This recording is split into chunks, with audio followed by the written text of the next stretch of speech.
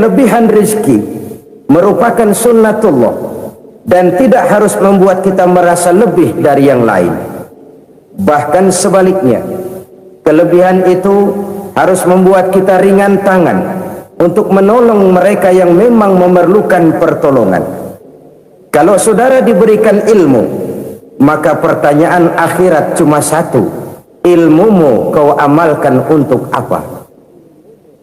Kalau saudara diberikan umur yang panjang, pengadilan akhirat juga bertanya satu: umurmu kau habiskan di mana? Tapi kalau saudara diberikan harta, pengadilan akhirat akan bertanya dua: hartamu kau dapat dari mana, kau belanjakan kemana? Dari mananya ditanya, dan kemananya juga ditanya. Oleh karena kita akan dimintakan pertanggungan jawab, maka amanah yang bernama harta ini harus kita gunakan dengan sebaik-baiknya. Ada penggunaan yang merupakan kewajiban, itu zakat namanya. Ada penggunaan yang sewaktu-waktu, itu infak namanya. Ada yang lebih sewaktu-waktu lagi, dan itu sedekah namanya. Zakat dia terikat oleh haul dan nisab, oleh putaran batas waktu dan ukuran dari harta itu sendiri. Sedangkan infak terikat oleh situasi dan kondisi perekonomian seseorang. Sedangkan sedekah tidak terikat dengan apapun. Dalam kondisi seperti apapun kita bisa melakukan sedekah dengan yang terkecil sekalipun. Sampai-sampai Rasulullah SAW mengajarkan, la tahkiranna minal ma'rufi syai'an walau an talqa akhaka biwajhin talik. Atau ada hadis, tabassumuka fi wajhi akhika laka sedekah. Senyumanmu kepada temanmu adalah sedekah. Jadi untuk melakukan sedekah tidak harus dalam berbentuk uang. Dengan ilmu kita bisa sedekah, dengan tenaga kita bisa bersedekah, dengan pikiran kita bisa bersedekah, bahkan senyum kepada teman itu pun sedekah.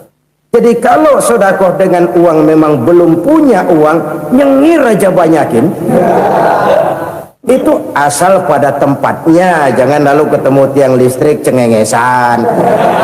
Tentu tidak pada tempatnya dan tidak wajar. Nah, sedekah yang paling dicintai Allah adalah sedekah yang disembunyikan. Artinya jauh dari sifat riya. Dan kadang-kadang ada orang sedekah itu disebutkan namanya, apa tidak bagus?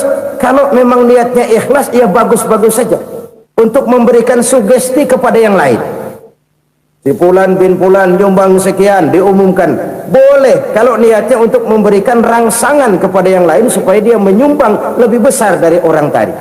Tapi kalau itu mendatangkan riya, maka sedekah yang paling dicintai Allah adalah sedekah yang disembunyikan. Tangan kiri saja tidak tahu apa yang diberikan oleh tangan kanan. Sedekah yang dilakukan dengan ikhlas akan merupakan perbendaharaan surga, tersembunyi dari pandangan orang lain, tidak seorang pun tahu. Karena memang sikap yang baik adalah melupakan kebaikan dan mengingat kesalahan. Itu salah satu ciri orang bahagia. Orang yang selalu mengingat kesalahannya dan berusaha melupakan segala kebaikannya. Kalau dia akan berada kebaikan, dia tidak bisa ikut, dia merasa rugi karena dia merasa belum pernah berbuat baik. Tapi kalau akan melakukan kesalahan baru, dia ingat kesalahan yang sudah-sudah, sehingga terhalang baginya untuk melakukan satu kesalahan baru. Demikianlah saudara-saudara, bahwa Allah melebihkan rezeki sebagian kita dari yang lain, agar terjadi tolong-menolong dalam kehidupan ini. Jadi kesenjangan yang nature, kesenjangan yang alami, itu sunnatullah. Ada yang kaya, ada yang miskin, ada yang kelas menengah. Nah, kenapa lalu sekarang kita berusaha mengentaskan kemiskinan? Oleh karena adanya kesenjangan struktural. Kalau yang kaya bisa semakin kaya, kenapa yang miskin tidak bisa naik jadi ikut sedikit kaya? Sebab pada dasarnya Islam adalah agama yang sejak turunnya sudah berupaya memerangi kemiskinan. Bahkan dikatakan kemiskinan itu mendekatkan kepada kekufuran. Orang kalau miskin udah dekat banget sama kafir. Gampang menjadi kafir. Berapa banyak saudara-saudara kita yang oleh karena soal perut, oleh karena soal materi, terpaksa meninggalkan dan menanggalkan akidahnya, menjual petunjuk yang diberikan Allah dengan kesenangan dunia yang cuma sebentar ini. Na'udzubillah thumma na'udzubillah. Jadi makin kita sembunyikan satu sedekah, semakin banyak perbendaharaan kita di surga. Sedekah yang paling dicintai Allah adalah sedekah yang disembunyikan. Malahan ada seorang sufi, dia punya kebiasaan kalau pergi sholat Jumat dia bawa uang, itu uang dia taruh di bawah tikar masjid. Dia niat sedekah kepada siapa saja yang nemuin itu duit. Maksudnya apa? Supaya yang nemuin nggak tahu siapa yang punya duit. Demikian dia saking ingin menyembunyikan sedekahnya. Karena sifat ria itu bisa memakan amal kita sendiri. Ria itu termasuk menyebut-nyebut kebaikan kita. Orang yang suka nepuk dada, sedikit-sedikit ngitungnya kalau nggak gua. Tuh kalau nggak gua tuh yang belas itu kalau nggak gua. Iya kalau nggak lu kenapa emang? Orang yang suka menepuk jasad, tuh biasanya memang begitu saudara-saudara. Kalau perang lagi berkecamuk, orang nggak sempat ngaku jadi pahlawan. Tapi begitu perang selesai, yang kagak kenal bedil ngaku pahlawan, mas. Itu sesuatu yang biasa. Oleh karenanya, orang-orang yang ikhlas dalam bersodako, disembunyikannya sodako itu, Allah cinta betul. Malahan ada hadis memberikan jaminan, inna sodaqatal mar'il muslimi tazidu fil umri wa tadfa'u mitatas su'i.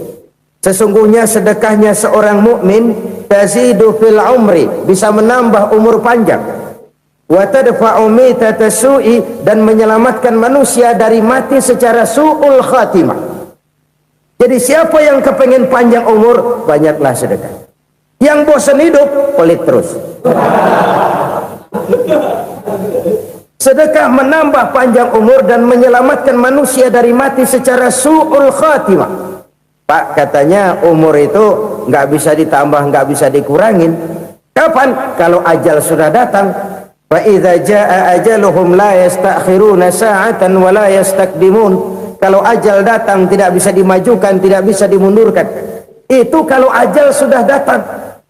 Tidak bisa lagi umur ditambah dikurangi, sudah datang. Tapi kalau belum datang, itu kan haknya Allah. Mau ditambah, mau dikurangi, hak prerogatif Allah. Sebagai pencipta manusia, Allah maha kuasa dan maha mampu. Sedekah ini menambah panjang umur dan menyelamatkan manusia dari mati secara su'ul khatimah. Itu orang mati kan sama ya, kondisinya mati, nggak nafas. Tapi hakikat mati kan lain-lain. Ada yang mati itu husnul khatimah, baik akhirnya.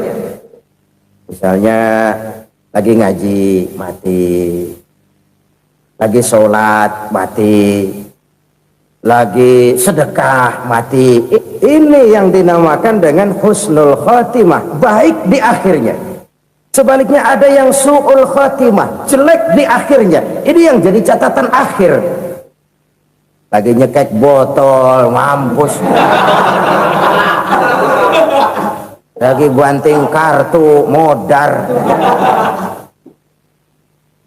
Su'ul khatimah, jelek pada akhirnya. Sedekah menyelamatkan manusia dari mati secara su'ul khatimah. Dan kita semua kepengen mendapat husnul khatimah, jauh dari su'ul khatimah. Oleh sebab itu yang bisa menyelamatkan kita dari penyakit itu antara lain adalah sedekah yang disembunyikan, yang dikerjakan dengan ikhlas karena Allah, tidak karena kepengen dipuji orang, tidak karena ingin dikatakan orang pemurah. Sebab orang dermawan itu orang yang memberi tanpa harus diminta. Kalau masih harus diminta, ya belum dermawan namanya, masih harus diminta. Kalau nggak diminta ya tulus, lolos, polos. Saudara-saudara kaum muslimin rahimakumullah, harta adalah amanat dan akan kita pertanggungjawabkan. Allah melebihkan rizki sebagian kita dari yang lain agar kita saling tolong menolong, bantu membantu. Nabi janjikan, siapa yang meringankan beban saudaranya muslim di dunia, Allah akan meringankan bebannya di akhirat nanti. Sebuah jaminan dari baginda Nabi. Si orang yang kita bantu barangkali tidak bisa membalas, Allah yang akan membalas lewat jalan lain yang tidak pernah kita sangka-sangka. Ada orang tanya, Pak, ini ada orang nyumbang masjid sambil marah-marah, bagaimana? Saya bilang, sumbangannya aja ambil, marahnya jangan. Marahnya jangan diambil, itu urusan dia. Saudara-saudara kaum muslimin rahimakumullah, umat Islam ini kan umat yang punya potensi besar. Kadang kita merenung, kenapa kadang-kadang pembangunan masjid kok lambat sekali? Kalau hotel hari ini peletakan pertama, bulan depan peresmian. Supermarket hari ini peletakan batu pertama, minggu depan peresmian. Tapi kalau sudah yang namanya masjid, kadang-kadang peletakan batu pertama sekaligus jadi batu terakhir. 3 tahun, 4 tahun, campur nebar jalak di jalanan, duit dijaring kayak ikan sepat. Apa tidak ada orang Islam yang kaya? Banyak. Apa tidak ada pengusaha muslim yang jadi konglomerat? Ada. Lalu yang belum banyak itu yang komit terhadap nilai-nilai agamanya. Akhirnya kita jatuh jadi umat yang lemah. Belum ada pengusaha konglomerat muslim buka pabrik supermi cap bedug misalnya umpamanya atau pabrik kecap cap sorban supaya identitas keislamannya sedikit kelihatan. Kita jatuh jadi umat yang lemah karena potensi tidak terinventarisir dengan baik. Kita ini ibarat kompor yang cuma matengin nasi orang lain. Potensi kita dimanfaatkan oleh orang lain. Ukhuwah Islamiyah kita baru terbatas kepada silaturahmi. Ukhuwah di bidang ekonomi kita lemah, ukhuwah di bidang kebudayaan kita lemah, apalagi ukhuwah di bidang politik kita lebih rapuh lagi. Padahal ukhuwah itu adalah totalitas kehidupan manusia, menyangkut ipolek sosbud, memerlukan nilai-nilai ukhuwah. Jadi oleh karena itu mari kita menyadari, di dalam harta kita, walaupun kita yang cari, pergi pagi, pulang sore, peras keringat, banting tulang, di sana ada harta anak yatim, di sana ada hak masjid, di sana ada hak pesantren, di sana ada hak jihad. Berbahagialah seseorang apabila dia oleh Allah dijadikan keran. Keran itu menyimpan air, tapi tidak untuk dirinya, tapi disalurkannya kepada mereka yang memang memerlukannya. Saudara-saudara kaum muslimin rahimakumullah, ini yang pertama. Jadi perbendaharaan surga adalah menyembunyikan sedekah. Orang lain nggak tahu, kita pun nggak pernah ngitung-ngitung. Kita anggap lewat begitu saja, padahal itu deposit akhirat. Satu. Yang kedua, perbendaharaan surga itu apa? Wa kitmanul musibah, menyembunyikan kesulitan. Kadang orang takut menghadapi kesulitan, tapi makin kita merenung, hidup ini kan sebenarnya urusan. Takut sama urusan, ya jangan hidup. Tandanya orang hidup itu kalau punya urusan. Urusan melupakan problem sering menimbulkan kesulitan. Kesulitan bukan untuk ditakuti, tapi untuk diatasi dan dicarikan jalan keluarnya. Siapa sih orangnya yang nggak pernah sulit-sulit? Makin tinggi status sosialnya, makin gede urusannya. Makin tinggi kualitas imannya, makin berat tingkat kesulitannya. Cuma memang yang namanya enak itu seperti pelangi. Biang lala itu nggak pernah di atas kepala kita, di atas kepala orang melulu. Lo sih enak lo, kata kita. Dia juga bilang enak kan lo. Pelangi itu nggak pernah di atas kepala kita. Kata tukang beca, aduh enak ya naik Mercy. Kata tukang beca, apa yang di dalam mobil Mercy? Aduh enak bener tukang beca, di jok ngeringkuk ngorok pulas bener. Saya kamar pakai AC sejuk, tempat tidur sutra empuk, alga spring bed, gula kulik nggak bisa pulas kalau belum minum Valium, belum tidur. Enak bener tukang beca, di jok ngorok nggak tahu wetan kulon. Si tukang becak bilang yang di Mercy enak, yang di Mercy bilang tukang becak enak. Inilah enak. Nggak pernah di atas kepala kita. Di atas kepala orang lain melulu enak itu. Nah, saudara-saudara, yang merupakan perbendaharaan surga itu orang yang bisa menyembunyikan kesulitan, baik pribadi ataupun rumah tangga. Nih terutama rumah tangga yang jadi soalnya. Kadang-kadang kita ini kalau senang, sebaliknya kalau senang kita diam, kalem aja, cuek. Banyak banget duit kita, bawaan diam aja udah. Malah ketemu orang takut. Tapi begitu susah, sekampung tahu. Padahal Nabi mengajarkan perbendaharaan surga itu menyembunyikan musibah, menyembunyikan kesulitan. Kalau enak, cerita sama orang-orang. Kalau nggak enak, rasain sendiri, tekan sendiri, atasin sendiri. Kita kan sebaliknya, senang kita diam, asal lagi susah, paling tidak kita nyari teman buat cerita kesusahan. Siapa orangnya yang nggak pernah susah? Cuma soalnya bagaimana kita mengatasi kesusahan itu sendiri. Begitu juga misalnya kalau orang sudah berumah tangga, itu orang tuanya harus menjadi tempat dia cerita yang enak-enak saja. Yang nggak enak rasain berdua, selesaikan berdua, atasin berdua. Jangan dibalik. Asal senang diam, giliran susah saja. Maknya laporan. Terbalik, bisa menjaga security informasi. Maka nama bayam keluar diam, malah seluitan. Enak amat lo makan daging ayam. Security informasi. Saudara-saudara kaum muslimin rahimakumullah, ujian yang terberat itu yang pernah diberikan kepada para nabi, para rasul, para aulia, para ulama. Makin tinggi keimanan, makin berat bentuk kesulitan. Ayo saya kemukakan satu contoh saja. Ada seorang nabi yang kaya, nabi kaya, namanya Nabi Ayub. Iblis kalau orang begini kan keki, ibadahnya rajin, kaya. Nih yang kayak begini susah digodain. Kalau ibadahnya rajin, miskin, kali bisa disogok. Sini imannya mantap, ibadahnya rajin, kaya, nabi lagi. Oh, tapi namanya iblis nggak kurang akal. Laporan, Tuhan, kenapa les?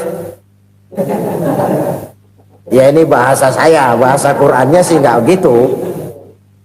Itu hambamu yang namanya Ayub, dia rajin ibadah cuma karena dikasih kaya aja. Coba kasih miskin dia, berhenti dia sembahyang. Ah, kamu bisa aja.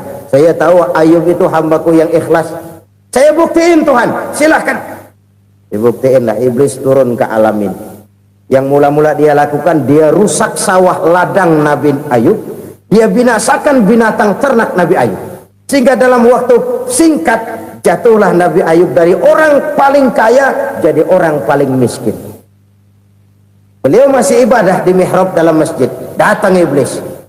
Saudara Ayub, ya, lagi ngapain? Ibadah. Nyembah Allah, nyembah Allah.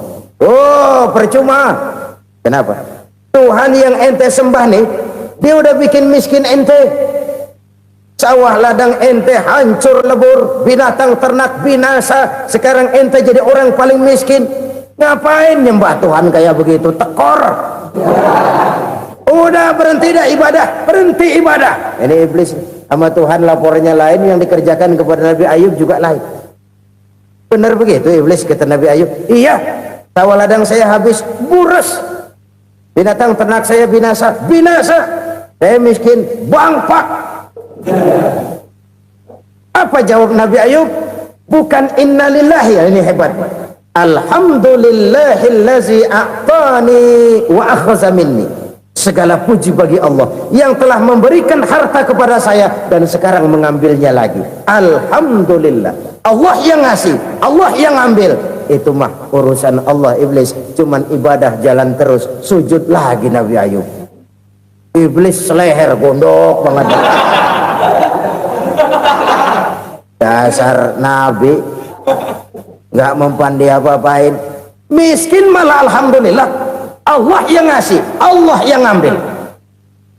Jadi kalau kita tidak komit, kita tidak terikat kepada kaya, miskin, senang, susah, apa yang bisa bikin kita susah? Jadikan kekayaan, kemiskinan, jadikan senang susah sebagai anak buah yang bisa kita atur. Jangan kekayaan ngatur kita, jangan kemiskinan ngatur kita. Kita yang harus mengatur mereka. Senang susah, kaya, miskin, bahagia, sengsara, jadikan itu anak buah yang bisa kita atur. Kalau sekarang kita kaya, lain saat boleh jadi kita miskin, semiskin-miskinnya. Allah yang ngasih, Allah yang ngambil. Tenaga mana yang bisa menghalangi? Ibadah jalan terus, iblis makin gondok. Dasar nabi loh. Akhirnya apa? Nabi Ayub dikerjain, diberikan penyakit. Demikian fatal penyakitnya. Bayangin, udah miskin sakit, Masya Allah. Miskin sakit. Sakitnya nggak lama, kira-kira 16 tahun. Istrinya 3, 2 mental minta ceraiin. Ngerawatin laki bengek begini. Senang belum tentu, susah udah pasti nih. Cerai aja, cerai dah. Cerai. Tinggal satu Siti Rahmah yang setia menemani beliau. Sesetia-setianya hati perempuan. Satu saat Siti Rahmah bilang, "Bang, ya, abang kan Nabi, Bang. Lalu namanya Nabi kan doanya jarang meleset, Bang. Maksud kamu minta kenapa sih sama Tuhan biar abang sembuh baik dah, Bang?" Siti Rahmah, "Iya, saya sakit berapa tahun sih dah?" 16 tahun, Bang. "Sebelum ini saya sehat berapa tahun?" "Ya kira-kira 60 tahun, Bang." "Nah, coba ente banding-bandingin, Rahmah. Saya dikasih sehat 60 tahun, dikasih sakit 16 tahun, sudah nggak sabar mau doa kepada Allah minta sembuh. Saya malu kepada Allah. Diuji dengan yang luar biasa seperti ini, tidak mengganggu stabilitas kehambaannya. Dia tetap menghamba kepada Allah Subhanahu wa ta'ala." Saudara-saudara kaum muslimin rahimakumullah, kunci menghadapi kesulitan itu apa? Allah jelaskan dalam satu ayat, "Wa basyiris sabirin alladzina iza asabathum musibah qalu inna lillahi wa inna ilaihi raji'un." Gembirakan orang-orang yang sabar. Siapa mereka itu? Yang apabila mendapat musibah mereka kembali kepada keyakinan dasar, segalanya dari Allah dan segalanya akan kembali kepada Allah. Ini konsepsi dasar dari sikap muslim dalam menghadapi berbagai kesulitan. Segalanya dari Allah, segalanya akan kembali kepada Allah. Kalau ini sudah kondisi dasarnya, maka kita akan lapang menghadapi kenyataan bagaimanapun pahitnya. Apakah itu namanya miskin, apakah itu namanya sakit, bahkan maut sekalipun. Segalanya dari Allah, segalanya akan kembali kepada Allah. Ini sikap hidup, bukan sekedar ucapan. Kita kadang-kadang menjadikannya sebagai ucapan. Mulutnya sih nggak berhenti, innalillahi wa inna ilaihi raji'un, tapi nangisnya terus gerung-gerungan. Bukan itu, ini kesadaran moral. Kalau segalanya dari Allah, segalanya kembali kepada Allah, kan sebenarnya cuma nunggu giliran. Hari ini saya nyembayangin dia, entah hari apa saya disembayangin orang. Hari ini saya antar dia ke kubur, entah hari apa orang nganterin saya ke kubur. Hari ini saya tahlilkan dia, entah nanti kapan orang tahlilkan saya. Segalanya dari Allah, segalanya akan kembali juga kepada Allah. Oleh sebab itu saudara-saudara, kesulitan bukan untuk ditakuti. Kesulitan justru untuk diatasi, dicarikan jalan keluarnya. Dan tidak ada orang yang tidak pernah mendapat kesulitan. Tidak ada. Semakin tinggi status sosial, semakin tinggi kualitas keimanan, semakin besar juga tingkat kesulitan. Hanya saja bagaimana cara kita mengatasinya. Dan Al-Quran menyatakan, "Innama al-usri yusra." Di balik kesulitan itu pasti ada kemudahan. Roda itu berputar. Karena itu Rasulullah Shallallahu Alaihi Wasallam mengingatkan kepada kita, "Ta'arraf ilallahi firraha ya'rifka fisyiddah." Ingatlah kepada Allah di waktu kamu senang, supaya Allah ingat kepada kamu di waktu kamu susah. Kalau waktu senang kita ingat kepada Allah, kita susah, Allah tidak akan meninggalkan kita. Tapi kalau waktu senang kita jauh dari Allah, sujud tidak sempat, dengan masjid jauh, ketika senang kita lupakan Allah, nanti begitu kita susah, Allah lupakan kita, dan itu menyakitkan. Oleh karena itu orang-orang tua kita dulu bilang, kalau lagi sehat ingat-ingat lu bakal sakit nanti, kalau lagi kaya ingat-ingat satu saat kita bakal jatuh miskin, bahkan kalau lagi muda ingat-ingat kita bakal tua, dan yang terpenting kalau lagi hidup ingat-ingat kita bakal mati. Saudara-saudara kaum muslimin rahimakumullah, jadi yang kedua yang merupakan perbendaharaan surga, menyembunyikan musibah. Saudara-saudara kaum muslimin rahimakumullah, hal ketiga yang merupakan perbendaharaan surga adalah wasilatur rahmi, orang yang suka bersilaturahmi. Sebagaimana yang kita maklum bahwa manusia adalah makhluk yang disebut zon politika, makhluk sosial yang tidak mungkin hidup sendiri-sendiri. Betapa dan siapapun kita memerlukan orang lain. Bodoh betul manusia kalau tinggal di tengah masyarakat tapi tidak mau bermasyarakat, merasa hebat sendiri, pinter sendiri, gagah sendiri, kaya sendiri, mungkin kalau mati juga ngubur sendiri. Jangankan kita di sini, di sorga saja Nabi Adam waktu sendirian bengong melulu, mondar mandir. Allah tegur dam sepi dam. Jadi ini kalau bahasa saya, iya Tuhan sepi ini nggak ada coret-coretan pisan ini.